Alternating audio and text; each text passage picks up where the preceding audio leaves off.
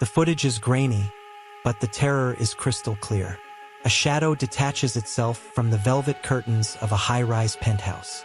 It moves with a predator's grace toward the sleeping figure on the bed. The camera freezes as a gloved hand reaches for a pillow. Then, the screen goes black. The smell of stale copper and expensive cologne hung in the air. Detective Elias Thorne didn't need to see the body to know this wasn't an accident. He could feel the killer's lingering arrogance in the heavy silence of the room. The victim was Elena Thorne. Her husband, Victor, was the city's golden boy, a billionaire philanthropist with a smile that could melt ice and a bank account that could buy silence. When Elena was found dead in their locked bedroom, the scene looked like a textbook case of natural causes. No forced entry, no struggle, no fingerprints. The coroner pointed to a rare heart condition. The city mourned, but Detective Thorne noticed one small, chilling detail. The grandfather clock in the foyer had stopped at exactly 11:04 p.m.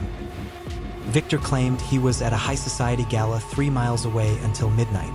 He had a dozen high-profile witnesses to back him up. It was the perfect, untouchable alibi, or so he thought.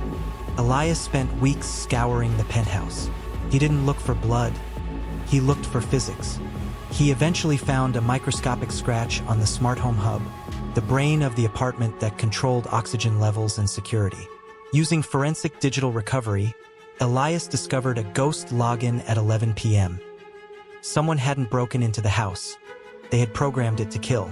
By sealing the vents and flooding the room with pure nitrogen gas, the killer had suffocated Elena in her sleep without leaving a single mark on her body.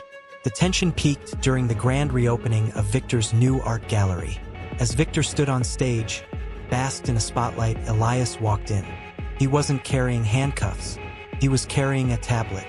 "The gala had a coat check, Victor," Elias said. His voice cut through the hushed crowd like a knife. "You used a pre-recorded loop for the security cameras to hide your exit. But you forgot one thing, the smart fridge." The crowd gasped. Elias projected an image onto the gallery walls. The fridge's internal camera, designed to track groceries, had captured Victor's reflection in the stainless steel oven door at 11:05 p.m.